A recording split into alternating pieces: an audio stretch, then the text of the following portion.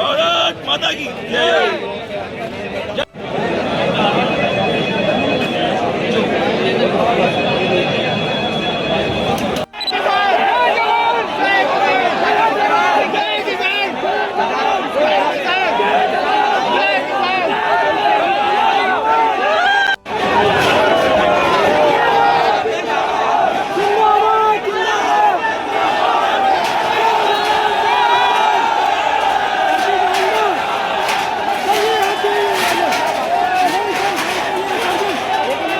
हार्दिक बधाई एवं शुभकामनाएं। दैनिक अग्निचक्र समाचार पत्र परिवार की ओर से हमारे ब्यूरो चीफ इमरान खान को फेसबुक पर मात्र 90 दिनों में 1.3 मिलियन 12 लाख व्यूअर्स प्राप्त करने की ऐतिहासिक उपलब्धि पर हार्दिक बधाई एवं अनंत शुभकामनाएं। आज दैनिक अग्निचक्र अखबार ने बैतूल शहर ही नहीं बल्कि राष्ट्रीय स्तर पर अपनी एक अलग पहचान बनाई है। कोविड काल से लेकर आज तक हमने सदैव सत्य, निष्पक्ष और जनहित की खबरों को प्राथमिकता दी है। इस सफर में अनेक चुनौतियों और कठिनाइयों का सामना करना पड़ा, लेकिन सच्चाई के मार्ग से कभी समझौता नहीं किया। हम कामना करते हैं कि इमरान खान इसी तरह जनता की आवाज बनकर निष्पक्ष पत्रकारिता करते रहें, सत्य का साथ देते रहें और समाज हित में अपनी महत्वपूर्ण भूमिका निभाते रहें। एक बार फिर इस शानदार उपलब्धि पर हार्दिक बधाई एवं शुभकामनाएं। सत्यमेव जयते। जय हिंद, जय भारत, जय भीम। जय हिंद दोस्तों, मैं इमरान खान। 1.3 मिलियन व्यूवर्स मात्र 90 दिन में यह उपलब्धि मैंने प्राप्त करी।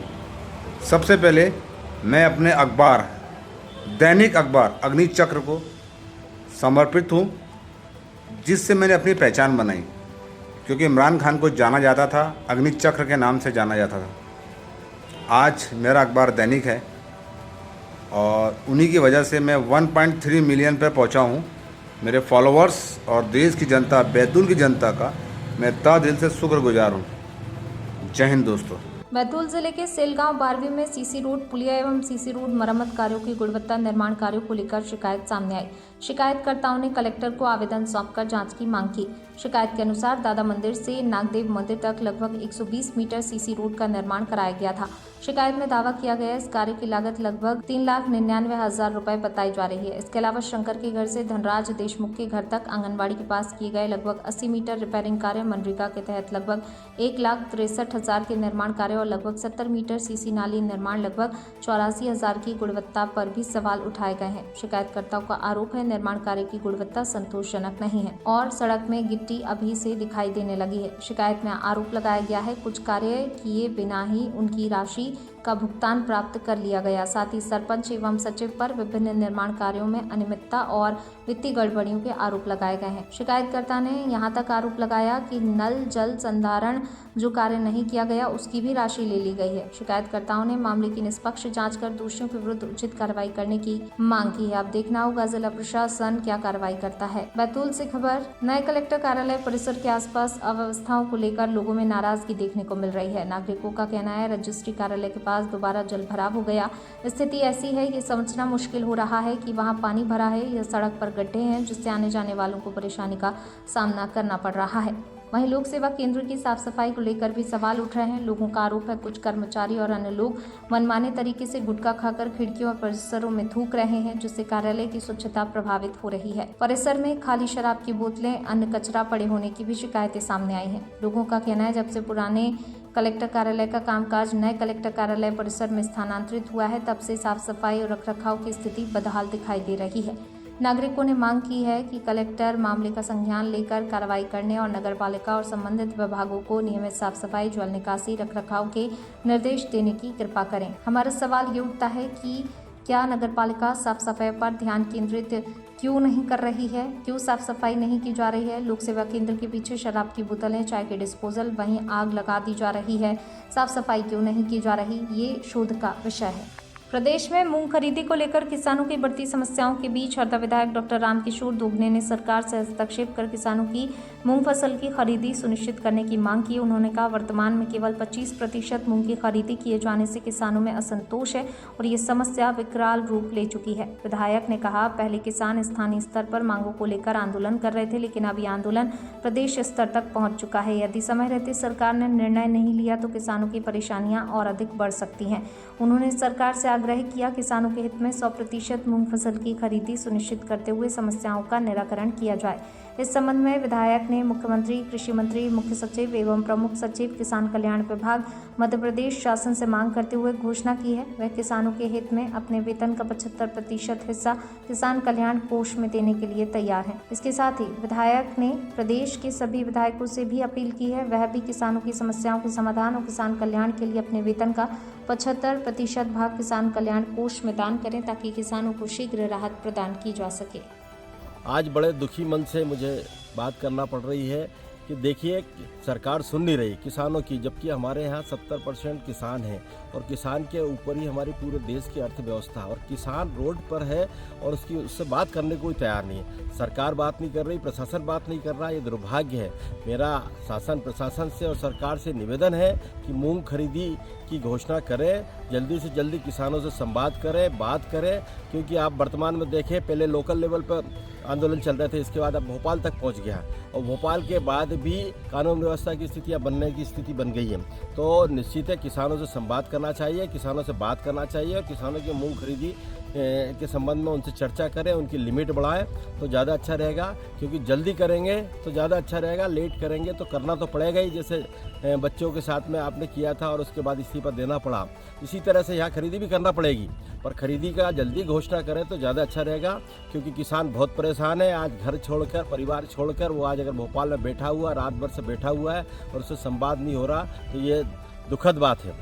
मेरा अनुरोध है और एक और अनुरोध है कि सरकार से, कि सरकार के पास अगर फंड नहीं है तो मैं तो अपने विधायक जो तनख्वाह मिलती है उसका 75% आपके किसान निधि में देने को तैयार हूँ, उससे लोगों को दे। और सभी विधायकों से ये भी निवेदन करना चाहता हूँ कि वो भी अपना 75% किसान निधि में दे, क्योंकि 25% खरीदने की बात कर रहे हैं तो 25% तनख्वाह हम लोगों को भी दिया जाए, विधायकों को भी हो, और 75% पैसा उनको वापस लेकर किसान निधि में देकर किसानों की समस्याओं का समाधान करें। मेरा ये अनुरोध है मुख्यमंत्री महोदय और कृषि मंत्री महोदय, जो पीएस और जो सीएस, सभी से निवेदन है कि इसका संवाद करके जल्दी निराकरण निकालें तो ज़्यादा अच्छा रहेगा, नहीं तो आगे स्थिति और बिगड़ रही है, जिसका पूरा का पूरी व्यवस्था बिगड़ रही है उसका खुद सरकार के ऊपर आएगा। इसलिए सरकार को बचना चाहिए और सरकार को किसानों के हित में काम करना चाहिए। रोटरी शिवगंगा ने जरूरतमंद माताओं को वितरित किए मातृ पोषण एवं शिशु care kit. Rotary Club Varanasi Shivganga द्वारा बुधवार को रोटरी अंतर्राष्ट्रीय के मातृ एवं शिशु स्वास्थ्य कार्यक्रम के तहत ESIC हॉस्पिटल अर्दली बाजार वाराणसी में मातृ पोषण एवं शिशु केयर किट वितरण कार्यक्रम का सफल आयोजन किया गया।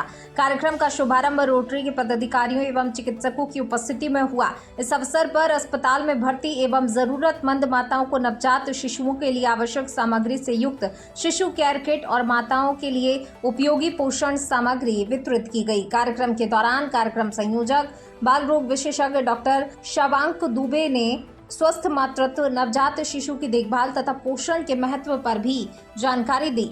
मैं पास्ट प्रेसिडेंट रोटरी शिवगंगा और हमारे साथ हमारे अभी निवर्तमान अध्यक्ष रोटेरियन अजय जी भी हैं और पूर्व हमारे अध्यक्ष रवि जी भी हैं, बाकी सब क्लब के सदस्य, आप सभी लोगों का हार्दिक अभिनंदन है। और आपको बताते हुए ये खुशी का इजहार हो रहा है कि आज हम लोग एक सेवा भारत के जो रोटरी इंटरनेशनल का जो एक लक्ष्य है उसके अंतर्गत आज हम लोग जो लाभार्थी कौन है, लाभार्थी जो है मातृ और जो है शिशु, जो बच्चे माताएं जो है अभी जिन्होंने बच्चों को जन्म दिया है, उनके स्वस्थ रहने के लिए, उनके अच्छे गुणवत्ता के लिए और बाकी चीज़ों के लिए जो है ये आज का प्रोग्राम रखा गया। आपको जान के खुशी होगी कि 2030 तक जो है अपने यूनियन गवर्नमेंट ने जो है लक्ष्य रखा है कि हमें जो है अपनी जो नवजात शिशु दर है उसको 10 के नीचे सिंगल डिजिट में लाना है।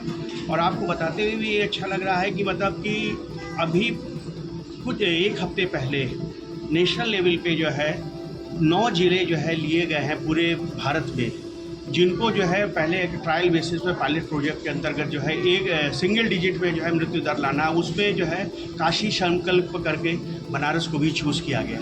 और ये जो हमारा प्रोग्राम है ये उसी में एक छोटी सी आहुति है।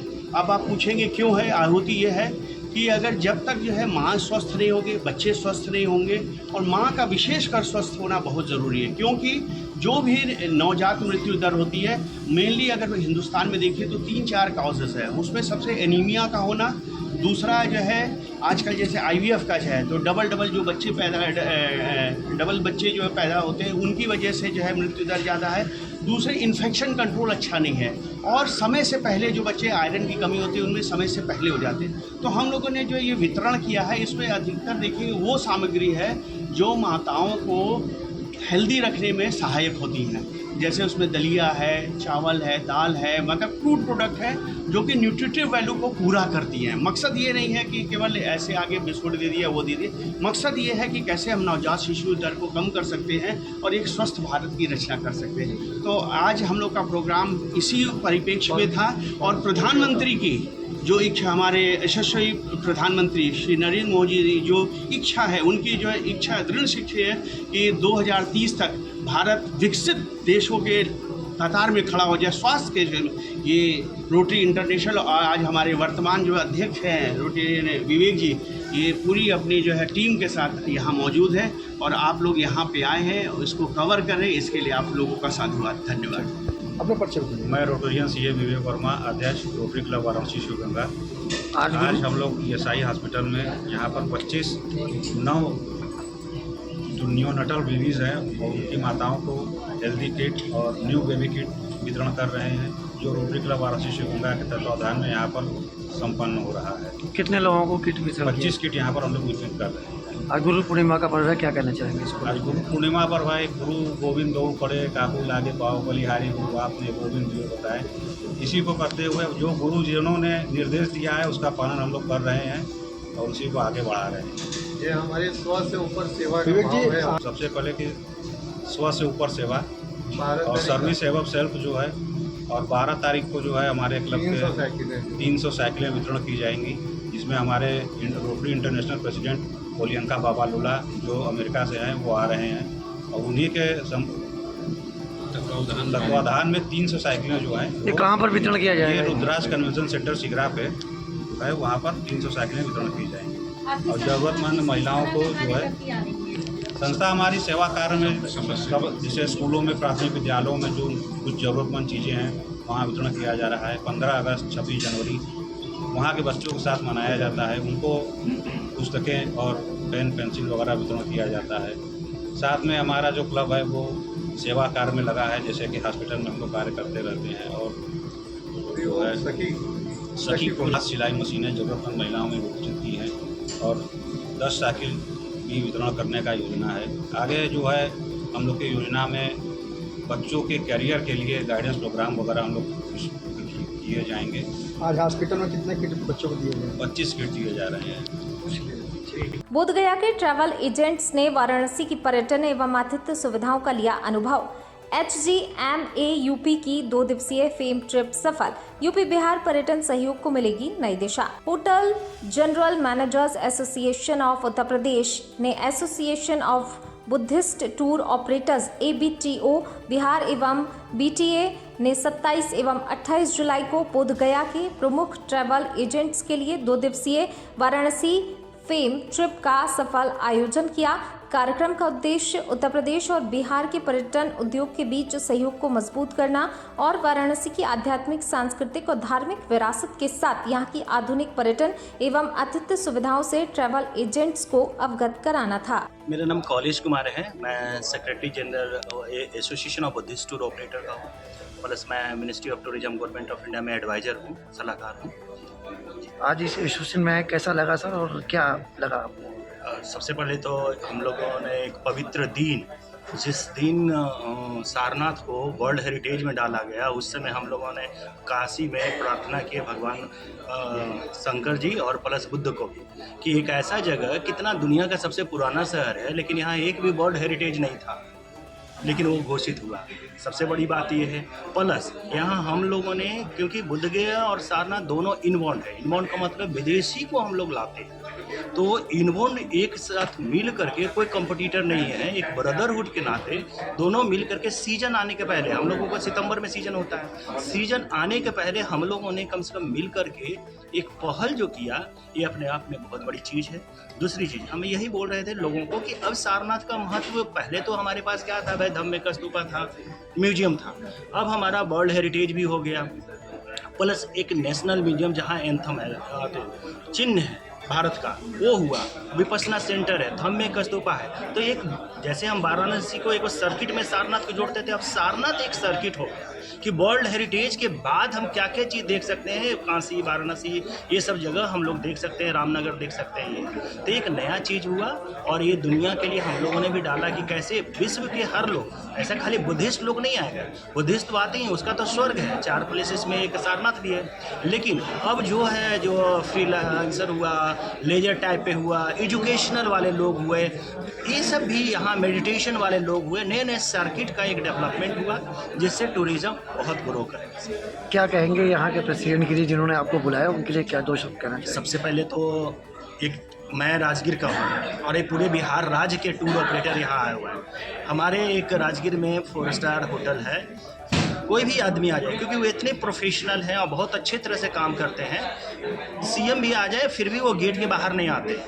क्यों? क्योंकि वो बैठ करके कंट्रोल करते हैं। यहाँ कल से कम 10 जीएम एक पैर पे खड़े हैं, किसी को कोई चाय की दिक्कत ना हो, किसी को नाश्ता का भी नहीं दिक्कत हो, कहाँ रूम है, कहाँ ये है, हर तरह से दे रहे हैं। तो अपने आप में बहुत, ये सब काम गाइड का होता है, टूर एस्कॉर्ट का होता है, ट्रैवल एजेंट का होता है। लेकिन होटल का जीएम जिसके पास 100-100, 150-150 रूम है, 50 रूम है, सब छोड़ करके आपके पीछे लग रहा है, मतलब आप में वो इन्वेस्ट कर रहा है। हम लोग भी कृतज्ञ हैं कि भाई नहीं, हम लोगों के साथ इन लोगों ने इतना अच्छा किया है।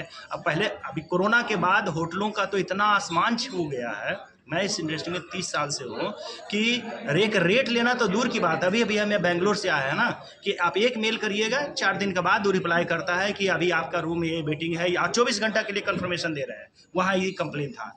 लेकिन कोरोना के बाद उन लोगों का, क्योंकि मैरिज आ गया, मैरिज के चलते होटल फुल होता है, फिर भी वो लोग इतना पोलाइट होकर के, एसोसिएशन साथ में, एसोसिएशन मिल करके, सारे जीएम के एसोसिएशन मिल करके हम सारे टूर ऑपरेटर के लिए इतना अच्छा कर रहा है, तो जरूर ही इनबाउंड का टूर बढ़ेगा सर, और हम उन लोगों को धन्यवाद देना चाहते हैं। Thank you sir. और जीएम एसोसिएशन जो संस्था है उसके हम सेक्रेटरी। तो आज का जो बैठक है, जो समन्वय है, क्या कहना चाहेंगे इसको लेकर के, कितना बिजनेस पे इसका प्रभाव पड़ेगा? देखिए, बिजनेस तो हम लोग शुरू से करते आ रहे हैं, बहुत देर साथ में बहुत ही अच्छा संबंध रहा है शुरू से। जितने भी ट्रेवल एजेंट जो बोधगया से हैं, चल गया कि बोधगया और सारनाथ ये दोनों ही बुद्धिज्म को जोड़ता है, तो दोनों की जो कड़ी है वो बहुत मजबूत है। तो इसमें बिजनेस तो फ्लो रहेगा ही रहेगा, पर आपसी जो सामंजस्य है हम लोग उसके ऊपर ज़्यादा फोकस किए हुए हैं, जो मैत्री संबंध है हम लोग उसके ऊपर ज़्यादा फोकस किए हुए हैं। तो मेरे ख्याल से ये एक बिजनेस पॉइंट ऑफ व्यू से काफ़ी अच्छा रहेगा, और एक आपसी जो मिलजुल का एक समय चल रहा है उसके पॉइंट ऑफ व्यू से बहुत सारे नए आइडियाज़ आएंगे। बहुत अभी तो बैंक से जानते हैं कि सारनाथ को अब यूनेस्को घोषित कर दिया गया है, तो इससे भी बहुत सारे पर्यटकों का मूवमेंट बढ़ेगा, और कहीं ना कहीं मेरे ख्याल से बिजनेस का फ्लो बढ़ेगा आगे आने वाले समय में। क्या कहना चाहेंगे इसको लेकर के और होटलों के लिए? और देखिए, मतलब अभी जो मिडिल ईस्ट की जो स्थिति है, पूरे वर्ल्ड वाइड जो कंडीशन है टूरिज्म को लेके, वो कहीं ना कहीं प्रभावित हुई है। तो एक आपदा में अवसर की जो स्थिति है, तो हम लोग चाह रहे हैं कि भाई और क्या क्या ऑप्शंस हो सकते हैं कि हम लोग इसको और क्रिएट कर सके, टूरिज्म को बढ़ाया जा सके, और जो स्टे है हम कैसे उसको बढ़ाया जा सके। तो इन सब पर फोकस कर रहे हैं काफ़ी सारे हम लोग। मेरा नाम संदीप कुमार हुआ, मैं बोधगया ट्रेवल एसोसिएशन का प्रेसिडेंट हूँ। संदीप जी, क्या कहेंगे एसोसिएशन के लिए, जो इस तरह की इन्होंने पहल की है? क्या लगता है कि बिजनेस कितना ग्रोथ करेगा? पहले तो मैं सर जो उत्तर प्रदेश का जो जीएम एसोसिएशन है होटल्स का, मैं इसको धन्यवाद देता हूँ। उन्होंने एक नई पहल की कि हम इनबाउंड ऑपरेटर को वाराणसी में बुलाते हैं और शोकेस करते हैं जो भी हमारे नए आइटम्स हैं, नए साइट्स हैं, उसको दिखाएं। जैसे आज इन्होंने होटल से सभी जगह होटल का हम लोगों ने विजिट किया, रूम्स देखे उनके, बहुत से अपग्रेड हुए हैं रूम्स, कुछ नए साइट भी हमने देखे। टूरिस्ट जो आने वाले हैं उनको एयरपोर्ट के पास क्या सुविधाएं हैं वो भी मैंने देखा फर्स्ट टाइम। तो इससे ये हुआ सर कि हम लोग को जो एक्सचेंज ऑफ सर्विस उसकी जानकारी उन्होंने पूरी अच्छी तरह दिया। प्लस जो सर्विस हमें रिक्वायर्ड थी मैंने उनको वो डिस्कशन उनसे किया, तो उन्होंने कहा कि नहीं ये भी हो जाएगा, कोई दिक्कत नहीं है। आने वाले समय में मुझे लगता है कि इनपुट का काम यहाँ पर बढ़ेगा सर, क्योंकि आसपास के एयरपोर्ट्स जो भी हैं वो खुद ही सेक्टर से कनेक्टेड हैं। जैसे थाईलैंड से भी लोग आ रहे हैं, वियतनाम से भी लोग आ रहे हैं। जब इनकी क्वालिटी और क्वांटिटी दोनों बढ़ेगी सर यहाँ पे, तो लोग भी आएंगे। अब तो एक नहीं होगी कि ये वर्ल्ड हेरिटेज साइट में आ गया है आपका सारनाथ, तो इससे भी आने वाले समय में अराइवल्स बढ़ेगा सर। मेरा नाम प्रकाश चंद्र है, मैं टूरिज्म एसोसिएशन ऑफ बिहार का सचिव हूँ। और सबसे पहले मैं धन्यवाद देना चाहता हूँ यूपी के जनरल मैनेजर एसोसिएशन के टीम का कि जिन्होंने हमें यहाँ पे आमंत्रित किया। हमारे पड़ोसी राज्य है और बनारस सदियों से पर्यटन मानचित्र पर एक खास स्थान रखता है। हमारे बिहार से भी कई सारे पर्यटक वाराणसी समय समय पे आते रहते हैं। इस बार एक नया चीज़ हुआ है, जैसे हम लोग पहले कभी पर्यटक स्थल पे जाते हैं तो वहाँ पर कौन कौन सी घूमने की जगह है उन चीज़ों का अवलोकन करते हैं। लेकिन ये पहली बार हुआ है कि जब यहाँ पे 40 से ज़्यादा टूर ऑपरेटर आए हैं और वो अलग अलग होटल्स को देख रहे हैं, उनमें उपलब्ध सुविधाओं के बारे में जान रहे हैं। और निसंदेह आने वाले समय में हम अपने पर्यटकों के हिसाब से उनको जिस तरह के होटल्स की रिक्वायरमेंट होगी बनारस में, वो आसानी से हमारे मेंबर सब दे पाएंगे। तो इसके लिए पूरी टीम को बहुत बहुत धन्यवाद। सर, काशी की परंपरा है अतिथि देवो भव, क्या कहेंगे इस मैनेजमेंट के लिए? स्वाभाविक है, ये परंपरा तभी चलती आई है, आगे भी चलती रहेगी और उसका पूरा अनुभव हम लोग को यहाँ मिला है। जब से हम लोग यहाँ पे आए हैं हमारे हर एक चीज़ों की ज़रूरत की का ख्याल रखा जा रहा है और बहुत ही हम लोग आनंदित हैं। मैं डॉक्टर अश्विनी कुमार सिंह, आज किस तरह का आयोजन किया गया है? प्रेसिडेंट हूँ मैं hotel general manager association of Uttar Pradesh. आज hotel general manager association of Uttar Pradesh किस तरह के कार्यक्रम का आयोजन किया है? आज हम लोगों ने hotel general manager association of Uttar Pradesh के द्वारा बोध गया के सारे ट्रैवल एजेंट्स, बोध गया से जितने भी लोग बनारस को बिजनेस देते हैं उनको इनवाइट किया है। उनको हम लोगों ने अपने यहाँ स्टे कराया, रखा, पूरा दिखाया, होटल घुमाया, बनारस के बारे में दिखाया, घुमाया, जीआई प्रोडक्ट से लेके सिल्क, इसका उद्देश्य क्या है? सब कुछ बनाया। इसका सबसे बड़ा उद्देश्य है एक म्यूचुअल अंडरस्टैंडिंग, एक दूसरे को समझना, बिजनेस को बढ़ाना और सबसे ज़्यादा ज़रूरी जो है हमारे काशी को आगे बढ़ाना। काशी की धरोहर जो है काशी के बारे में, और अब हमारा यूनेस्को अप्रूव्ड हो गया सारनाथ, तो उसको भी लेके, तो बस कुल मिला के हमारा बिजनेस एक्सचेंज का मेन उद्देश्य है कि हम एक दूसरे के साथ बिजनेस को आगे बढ़ा सकें। और किस चीज़ पे चर्चा हुई सर? बिजनेस किस तरह से ग्रोथ होगा? बिजनेस ग्रोथ इससे होगा कि ये लोग जितने भी आए हैं इनके रूम्स लगते हैं यहाँ बनारस में, इनकी गाड़ियाँ ज़रूरत पड़ती हैं बनारस में, तो इस तरह की काफ़ी चीज़ें हैं। क्योंकि ये बोध गया, जितने लोग काशी आते हैं वो बोध गया जाते हैं, जितने बोध गया जाते हैं वो काशी आते हैं, तो एक्सचेंज ऑफ बिजनेस है बेसिकली। और कितने लोग शामिल हुए हैं आज वहाँ? सर ऑलमोस्ट 42, अभी 42 की स्ट्रेंथ है, टोटल 42 लोग हैं यहाँ पे अभी। क्या लगता है कि इस तरह की मीटिंग या बैठक करने से क्या बिजनेस आगे कितना आपको इसमें ग्रोथ होगा आने वाले समय में? उम्मीद है कि बिजनेस ग्रोथ अच्छा होगा इसमें। परसेंटेज में अगर मैं बोलूँ तो होटल वाइज अगर जिन होटलों ने यहाँ पे अभी एसोसिएट होकर साथ में आगे बढ़ के काम किया है उनको 25-30% का ग्रोथ तो मिलेगा। जैसे कि अभी सबसे पहले जब ये लोग आए हैं तो हम लोगों ने इनको होटल प्राइम लैंड, मुढ़ैला पे है होटल प्राइम लैंड बुलंदपुर, तो वहाँ पे इन लोगों को वेलकम किया, वेलकम करके वहाँ लंच कराया। फिर वहाँ से लेके हम लोग इनको होटल हॉलीडे हाइट्स गए। होटल हॉलीडे हाइट्स में सबका स्टे है, वहाँ सारे लोगों को रूम्स दिए गए और वहीं पे हाई टी करा के फिर वहाँ से हम लोग निकले तो बजड़ा करके हमने गंगा आरती वगैरह देखी। और उसके बाद फिर हमारा गाला डिनर था जो कोस्टा रिवेरा में था। तो कोस्टा रिवेरा मलदैया पे हमारा प्रॉपर गाला डिनर सबको कराया और उसके बाद फिर सुबह योगा सेशन वहीं हॉलीडे हाइट्स करा के चेकआउट करके फिर कैंटोनमेंट में होटल कंफर्ट इन बनारस वहाँ पे ब्रेकफास्ट कराया। ब्रेकफास्ट करने के बाद सब लोग सिल्क बनारसी और श्रीजी सिल्क जाके सिल्क के बारे में जाने, उनको देखा कि सिल्क यहाँ कैसे बनता है और क्या क्या प्रोडक्ट्स अवेलेबल हैं। उसके बाद वहाँ से जीआई प्रोडक्ट्स देखने द ग्लिम्स करके एक है जो जीआई अप्रूव प्रोडक्ट्स, जीआई को हमारे प्रधानमंत्री जी भी बहुत आगे बढ़ा रहे हैं, तो वहाँ पे जीआई प्रोडक्ट्स देखा गया और फिर वहाँ से अभी सारे लोग हम यहाँ पिनाकल इन सारनाथ होटल आए हैं, यहाँ पे लंच करके अब इसके बाद ये लोग बोधगया की वापसी करेंगे। मेरा नाम डॉक्टर मनीष मिश्रा है और मैं एबीटीयू बिहार प्रेसिडेंट हूँ। हम लोगों ने लास्ट मंथ जब यहाँ पे एक रोड शो किया था, हम लोगों ने 22 होटल जो चेन होटल हैं और जो वहाँ के लोकल होटल थे 3 स्टार 4 स्टार सबको लेके यहाँ पे आए थे लास्ट मंथ। उसी समय हम लोगों ने जीएम एसोसिएशन के साथ ये बात किया था कि आप लोग एवरी ईयर मार्केटिंग के लिए आते हैं, हम लोग आपको एजेंट यहाँ ला के देंगे।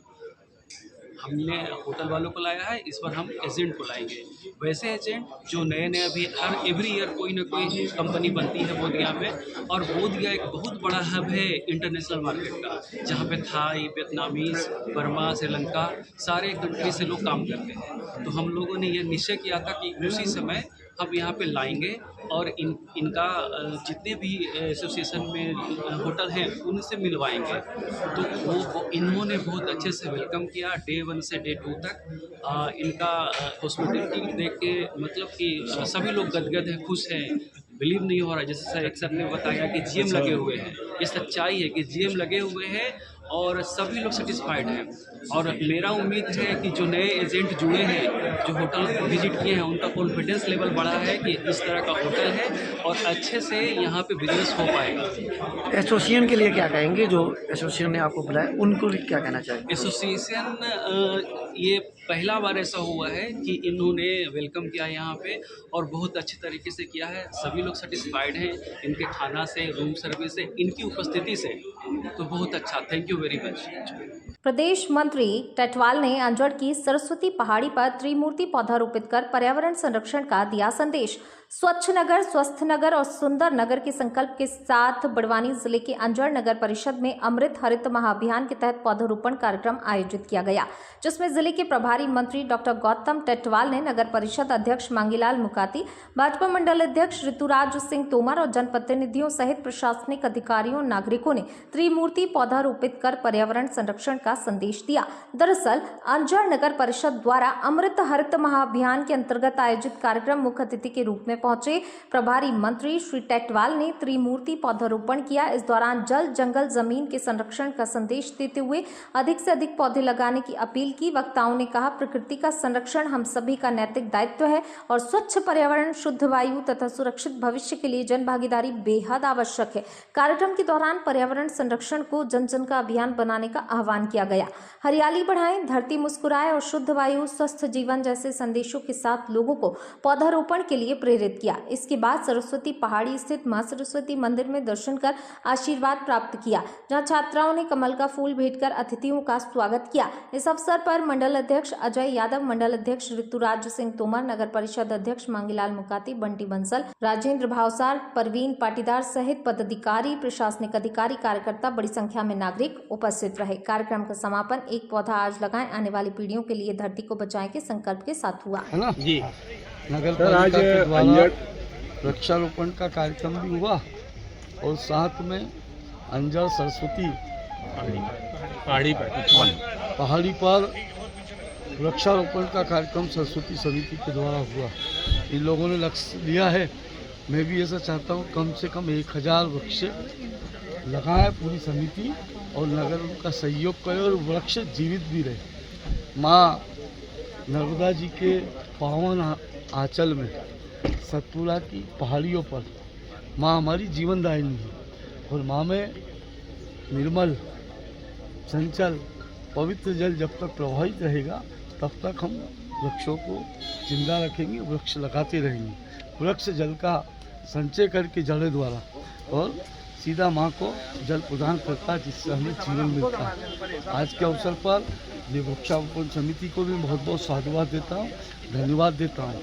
और आवश्यक है कि वृक्ष को लगाएं। वृक्ष है तो जीवन है, वृक्ष है तो ऑक्सीजन है, वृक्ष है तो जल है, और वृक्ष है तो हम हैं। इसलिए वृक्षों का अपना महत्व है और आप सबसे मैं विनती करता हूँ कि ऐसे वृक्षों को लगाएं, विशेषकर बड़, पीपल, गुलाब, ये ऐसे वृक्ष है जो इनकी जड़ों में जल को संचय करते हैं। और प्रकृति ने भी हमें ये सब दिया है। वो किस प्रकार का दिया है?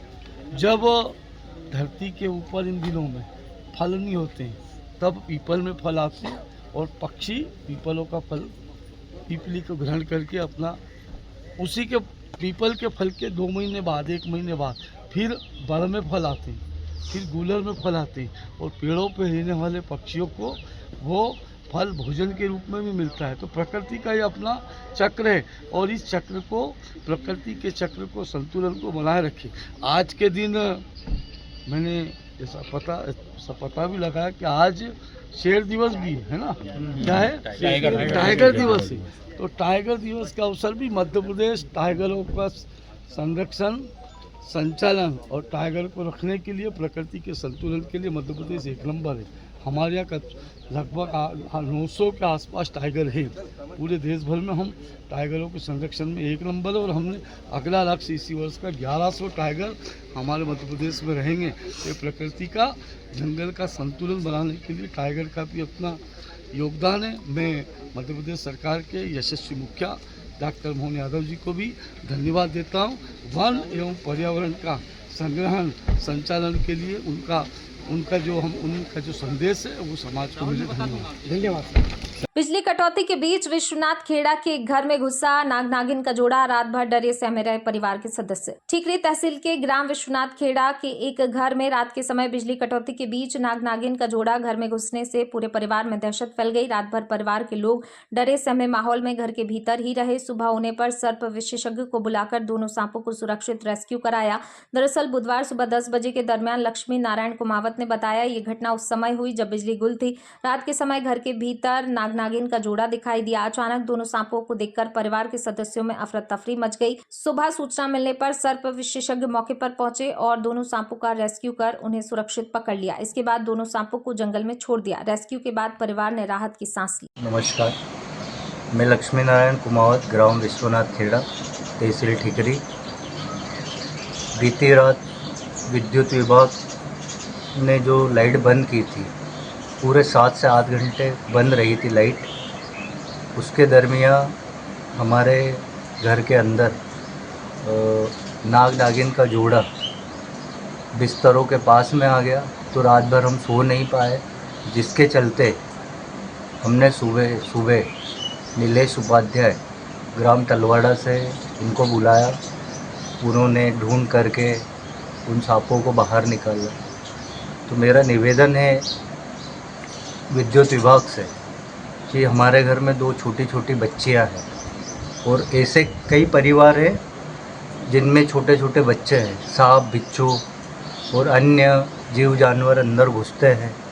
तो कृपा करके लाइट का मेंटेनेंस व्यवस्थित तरीके से करें। और आज तो हम पूरी तरीके से बचे। हमारी बच्चियां जहाँ सोती है उनके पास नाग नागिन का जोड़ा घूम रहा है। मैं आपको वीडियो में वो सारी चीज़ें डालता हूँ, जिससे आपको पता चलेगा कितने बड़े जानवर थे और किस तरीके से पकड़ा गया। और पिछली रात को 7 घंटे लाइट बंद रही, और बिल वगैरह सारा कंटिन्यू रहता है, भरा हुआ है। तो इस विषय में कार्रवाई होना चाहिए, या फिर मैं करूँगा कार्रवाई। फ्रेंड्स, मैं स्नेक फ्रेंड नीलेश उपाध्याय, और अभी हमने विश्वनाथ खेड़ा से 2 ट्रिंकल स्नेक रेस्क्यू किए। जोड़ा है, ये दोनों ट्रिंकल स्नेक है। तो देख सकते हैं इन दोनों ट्रिंकल स्नेक को अभी हम फॉरेस्ट में, जंगल में रिलीज़ करने आए हैं। तो ये दोनों का जोड़ा है, और देख सकते हैं। तो अभी इन्हें हम जंगल में आज़ाद करेंगे।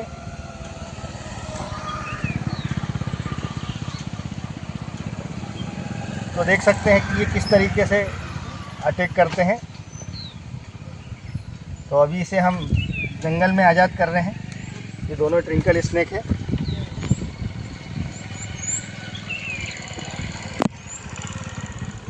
तो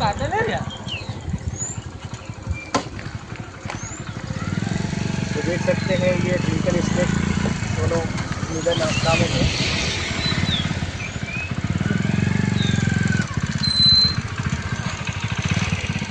ये जोड़ा है और इन्हें दोनों को हम आज़ाद कर देते हैं। टीकमगढ़ जिले के खरगापुर में दिन दहाड़े महिला से हथियारों के बल पर लूट, घर में घुसकर कट्टा और छुरी की नोक पर छीने सोने के आभूषण। टीकमगढ़ जिले के खरगापुर नगर में दिन दहाड़े हुई लूट की वारदात ने क्षेत्र में दहशत फैला दी है। जानकारी के अनुसार रामप्यारी लोधी पति प्यारे लाल लोधी के पलेरा रोड स्थित पेट्रोल पंप के पास बने मकान में अज्ञात बदमाश घुस आए। बताया जा रहा है कि बदमाशों ने कट्टा और छुरे की नोक पर महिला को धमकाया और उसके कानों से सोने के आभूषण लूटकर मौके से फरार हो गए। दिन दहाड़े हुई घटना से नगरवासियों में भय और असुरक्षा का माहौल है। घटना की सूचना मिलते ही कई थानों की पुलिस मौके पर पहुंची और घटनास्थल का निरीक्षण कर साक्ष्य जुटाने में जुट गई। कुछ ही देर बाद एडिशनल एसपी विक्रम सिंह कुशवाहा भी घटनास्थल पहुंचे और अधिकारियों से घटना की जानकारी लेकर जांच की प्रगति का जायजा लिया। पुलिस टीम घटनास्थल के आसपास लगे सीसीटीवी कैमरों की फुटेज खंगाल रही है ताकि आरोपियों की पहचान कर उन्हें जल्द से जल्द गिरफ्तार किया जा सके। फिलहाल पुलिस विभिन्न पहलुओं से मामले की जांच कर रही है। सीसीटीवी फुटेज, तकनीकी साक्ष्यों, अन्य सुरागों के आधार पर आरोपियों की तलाश तेज कर दी गई है। पुलिस का कहना है जल्द ही मामले का खुलासा करने का प्रयास किया जा रहा है। क्या घटना हुई आपके साथ, क्या हुआ बता थोड़ा सा। दवाई के लिए आए, दवाई के लिए मैं बन के यहाँ थे कि दवाई दो, हमें जो शीशियाँ लाए थे 2 शीशियाँ चेक करवाते भी कहते भैया कहाँ गए राघविंद, कहाँ गए राघविंद, कहाँ हम गोली नहीं देते, दवाई दे दो, हम पेट पे रहा हम कि कुछ तो दे दो गोली। बस फिर कमरा में हम गए, उनने कमरा में मुँह बंद करू है, ये नमस्कार है मुँह ये माए पड़त रही हमारे ऊपर, करते गोली मार, इसमें गोली मार, इसकी जान लेके जाना, इसमें गोली मार, इसमें लगे गोली, चाकू मार, इसमें चाकू मार, उसने चाकू उठाई, मैंने पकड़ लिया। कितने लोग थे? 2। मारपीट किया आपके साथ? हाँ। सामान क्या ले गए? सामान सब ले गए हैं, कान के, पाँव के, हाथ के, गले का सब ले गए। हाँ।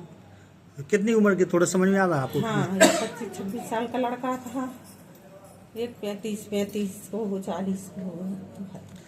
कितने बजे शायद घटना हुई? जब 11:20 20 मिनट पे। फिर पुलिस को आपने कैसे सूचना दी है कि घर वालों को सूचना दी? क्या हम भगे यहाँ से बाहर, क्या हमें बचा लो भैया, बचा लो हमें।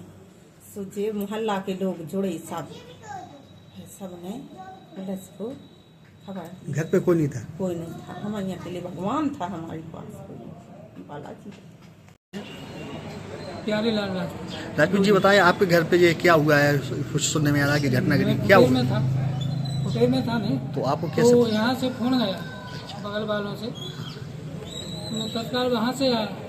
उन्हें क्या बताया आपको फोन पे? मुझे यह बताया कि यहाँ गेट पे 2 लड़का आया, उन्होंने बोला कि राघवेंद्र कहाँ, तो मिसेस ने कहा कि वो तो नहीं, तो उनने 2 शीशी दिखाई, बोले पेट में दर्द है, वो नहीं है तो आप गोली दे दो। तो ये इनने गेट खोली, गेट खोलने के बाद में अंदर गए, तो आगे भी चले, पीछे से गोली लगा गया। उनने गेट खोल के जहाँ दवाई रखी थी ना, तो वहाँ 2 गोली काटी। 2 गोली काटते हुए उनने कपड़ा से मुंह बंद किया, तो मुंह बंद करने के बाद में सीधा गला पकड़ा, गला पकड़ने के बाद में पटक लिया इनने जो है, और फिर उनने छुरा निकाला, छुरा निकालने के बाद में इनने दोनों को फेंक दिया। फेंकने के बाद उन्होंने मुहरन ने जी कानन पटा डाले, पायल भी ले गए, कानन के ले गए, और ये गले का भी लिया तो माला टूटी, चूड़ी भी फूट गई। तो गले का भी ले गए, कानों के भी ले गए? गले का ले नहीं पाए, केवल माला में टूटी। और कौन था घर पे? घर पे और कौन थे? घर पे कोई नहीं था, तो क्या मिसेस थी। मारपीट की? मारपीट की, वही मुँह में मारा है, सूझिए देख लो आप। पुलिस को कब आपने सूचना दी? पुलिस को कब बताया आप? मैंने पुलिस को तत्काल सूचना दी। कुशवाहा जी ये बताएं, क्या घटना हुई है, आपने क्या घटना हुई कि यहाँ से जब फुगा जी चल्यानी यहाँ से जब हम भागे दौड़ के, तो रोड पर भागते दिखाना हमें यहाँ। कौन, कितने लोग थे? क्या 2 लोग हैं, स्प्लेंडर गाड़ी है, बस वो है पीछे को हमने तो भी मिलेगी नहीं, जब फटे तक दौड़े। अच्छा अच्छा, तो क्या ले गए, क्या घटना हुई? पाले ले गए, 2 टॉस ले गए। क्या मारपीट की? क्या मारपीट कई गाल माला ने लॉस डाउ पटाड़ा। तो आप पड़ोसी हैं उनके? पड़ोसी हैं हम। अच्छा, तो आपको कैसे पता लगा था? आपको हमें ऐसा पता लगा कि यहाँ जो चिल्लियानी खी में हो, जब हमें दौड़े बाद में। तो क्या उस टाइम पे क्या स्थिति थी जब आपने देखा? वो तो सर जो दौड़ के भागे, जब हम ही दौड़े उनके ताई, हम इन ताई नहीं आए पहले, उन्हें पीछे को हमने। मतलब जब आवाज आई आपने तो जब आवाज आई तब दौड़े हम, उसके फिर वो सब मालूम नहीं। ये घटना हुई है, उस पर क्या आपको मिला, कैसी घटना हुई? घटना अभी सुबह की है, संज्ञान में पुलिस की गिरफ्तारी है। इस पर हम लोगों ने काम शुरू कर दिया है, नकल का पंजीयन किया जा रहा है, साथ में इसमें जो भी सुराग हैं उनको खंगाला जा रहा है। शीघ्र ही हम घटना में जो आरोपी हैं उनको सलाखों के पीछे। सर कुछ ऐसा आप पर लग रहा है, कुछ पॉइंट ऐसा मिला है जो छोड़ गए हो आरोपी? जी, क्योंकि अभी हम लोगों ने अपनी तफ्तीश शुरू करी है। तफ्तीश के दौरान जो भी मौके पे हमारे वैज्ञानिक साक्ष्य हैं और जो भी साक्षी हैं उनका हम परीक्षण कर रहे हैं और इसके सहारे हम आरोपियों को पकड़ने का प्रयास करेंगे। अपन को सफलता मिल सकती है सर? बिल्कुल, इसमें हम सफल होंगे और हमने अपनी टीमें तैनात कर दी हैं, 4 टीमें इसमें लगा दी हैं जी, और चारों टीमों को अलग अलग कार्य सौंपे गए हैं और हमारे SDP साहब इसका चारों टीमों का नेतृत्व कर रहे हैं। शीघ्र ही हम आरोपियों को पकड़ के सलाह देने की कोशिश करेंगे। Thank you sir. Madan Mahal थाना क्षेत्र में नगर निगम के कचरा साफ करने वाले टैंकर की लापरवाही से 2 मोटरसाइकिलें क्षतिग्रस्त हो गईं। घटना MLB स्कूल के पास वॉकिंग स्ट्रीट के सामने स्थित राजीव आवास योजना के समीप हुई। बताया जा रहा है कि भरा हुआ टैंकर वापस लौट रहा था, तभी सड़क पर बने गड्ढे में उसका पिछला चक्का फंस गया और टैंकर अनियंत्रित होकर पलट गया। हादसे की चपेट में वहां खड़ी 2 मोटरसाइकिलें आ गईं, जिससे दोनों वाहन बुरी तरह क्षतिग्रस्त हो गए। पीड़ितों का कहना है दुर्घटना में करीब 1,05,000 रुपए का नुकसान हुआ। घटना के बाद मौके पर लोगों की भीड़ जमा हो गई। पीड़ित तनवीर हसन अंसारी और उसके साथियों ने नगर निगम की लापरवाही का आरोप लगाते हुए प्रशासन से क्षतिग्रस्त वाहनों का उचित मुआवजा देने की मांग की। उनका कहना है बिना किसी गलती के उनके वाहनों को भारी नुकसान उठाना पड़ा है, जिसकी भरपाई नगर निगम को करनी चाहिए। मामले में मदन महल थाने के ASI शिव कुमार विश्वकर्मा ने बताया, प्रार्थी की शिकायत पर BNS की धारा 281 के तहत मामला दर्ज कर लिया गया है। टैंकर को थाना परिसर में खड़ा कराया गया है और चालक की तलाश की जा रही है। पुलिस पूरे मामले की जांच में जुटी है। जी, मैं यहाँ काम करता हूँ। मैं यहाँ आया था, मैंने गाड़ी बाहर खड़ी हुई थी, यहाँ पे नगर निगम की गाड़ी आई MLB स्कूल के बाजू वॉकिंग स्ट्रीट के पास, और जो है गाड़ी वाले सफाई करके निकल रहे थे। उन्होंने उनकी लापरवाही की वजह से टैंक का ढक्कन फूट गया, उनकी गाड़ी उसमें घुसी और मेरी खड़ी गाड़ी पे होंडा शाइन पे पूरी गाड़ी आके दब गई और मेरी गाड़ी पूरी क्षतिग्रस्त हो चुकी है, जिसका हैंडल चेसिस वगैरह सब जा चुका है। और ये भाई की भी गाड़ी जो है खड़ी हुई थी, वो गाड़ी में भी जो है नुकसान है।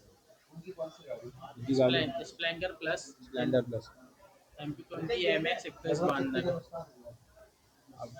लगभग मतलब चेसिस जा चुकी है, आगे का पूरा अलाइनमेंट सब टूट चुका है, टंकी टूट चुकी है, गाड़ी खत्म हो चुकी है, मतलब गाड़ी में ऐसा बनने जैसा कुछ नहीं है। शायद तो गाड़ी जो है दब चुकी है। कितने का नुकसान हुआ आप लोगों का? अभी तो हमने गाड़ी देखी। हाँ, मतलब दोनों गाड़ी मिला के फिर भी 1.5 लाख के आसपास का नुकसान हो चुका है। जो है अभी जो है निकल रही है गाड़ी। ये कहाँ की गाड़ी थी जिसकी? ये नगर निगम की गाड़ी है, सफाई के लिए यहाँ आई। तो आप क्या चाहते हैं? हम बस मुआवजा चाहते हैं, हमारी गाड़ी का मुआवजा मिल जाए, हमारी गाड़ी सही सलामत मिल जाए। हम पढ़ाई करते हैं, हमें परसों पेपर है, हमें नुकसान हो रहा है इस चीज़ का। जो है गाड़ी हमारे पास है। नाम आपका? तनवीरुल हसन अंसारी। ये क्या घटनाक्रम हुआ था पूरे MLB स्कूल के पास, कोई टैंकर पलटने की सूचना थी नगर निगम का? नगर निगम का टैंकर है जो साफ सफाई करने के लिए राजीव आवास योजना गया था। वो टैंकर भरा हुआ टैंकर वापस आ रहा था, जो राजीव आवास योजना के सामने एक गड्ढे में उसका पिछला चक्का फंसने के कारण धंस गया और पलटने से 2 मोटरसाइकिल क्षतिग्रस्त हो गई। उस प्रार्थी की रिपोर्ट पर उसमें धारा 281 BNS के अंतर्गत कार्रवाई की गई। चालक की अभी कार्रवाई नहीं की गई है। नगर निगम का टैंकर थाना में खड़ा कर लिया गया है। आपका शुभ नाम होगा? ASI शिव कुमार विश्वकर्मा, थाना मदनवा।